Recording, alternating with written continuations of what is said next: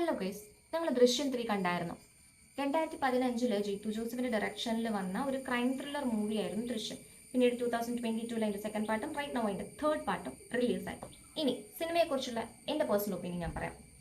First രണ്ട് സിനിമകളെ compare ചെയ്യുമ്പോൾ ഈ സിനിമയുടെ സ്റ്റോറി ലൈൻ കുറച്ചുകൂടെ ഡിഫറെൻ്റ് ആണ്. അതായത് ത്രില്ലറിന് കൊടുക്കുന്ന ഇമ്പോർട്ടൻസിനേക്കാൾ കൂടുതൽ ഇമോഷൻസിന്, മെന്റൽ ഹെൽത്തിന്, ഫാമിലിക്കൊക്കെയാണ് ഇതിൽ കൂടുതൽ ഇമ്പോർട്ടൻസ് കൊടുത്തിട്ടുള്ളത്. അതായത് ജോർജ് കുട്ടി എന്ന് പറയുന്ന നമുക്ക് വളരെ ഫെമിലിയർ ആയ ആളുടെ ഫാമിലീനെ സേഫ് ആക്കാൻ വേണ്ടിയിട്ട് ഏതറ്റം വരെയും പോകും എന്ന് കാണിക്കുന്ന രീതിയിലാണ് സിനിമ എടുത്തു വെച്ചിട്ടുള്ളത്.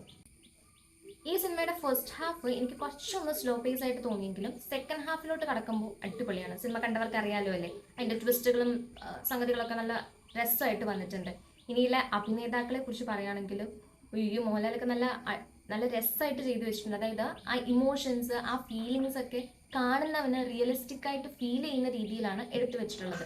പിന്നെ വില്ലനിസം, കലാഭവൻ ഷാജോൺ ഒന്നും പറയാനില്ല.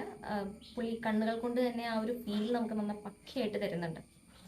ദൃശ്യം 3നേക്കാളും കുറച്ചുകൂടെ ത്രില്ലിംഗ് ആയിട്ട് എനിക്ക് പേഴ്സണലി ഫീൽ ചെയ്തത് ഫസ്റ്റ് രണ്ട് പാർട്ടുകളായിരുന്നു. കാരണം ഇതിന്റെ ഫസ്റ്റ് ഹാഫ് ഞാൻ പറഞ്ഞാൽ കുറച്ചൊരു സ്ലോ പേസ് പോകുന്നുണ്ട്. ഒരു ത്രില്ലിംഗ് ഫാക്ടറിലോട്ട് നമ്മൾ എത്തിച്ചിട്ട് സമയം എടുക്കും, അത്രേ ഉള്ളൂ. പക്ഷേ സിനിമ നല്ല സിനിമയാണ്. തിയേറ്ററിൽ പോയി നിങ്ങൾക്ക് കാണാവുന്ന സിനിമയാണ്. സിനിമ കണ്ടിട്ടുള്ളവർ നിങ്ങളുടെ പേഴ്സണൽ ഒപ്പീനിയൻ എന്താണെന്നൊന്ന് പറഞ്ഞോളൂ കേട്ടോ. Bye bye.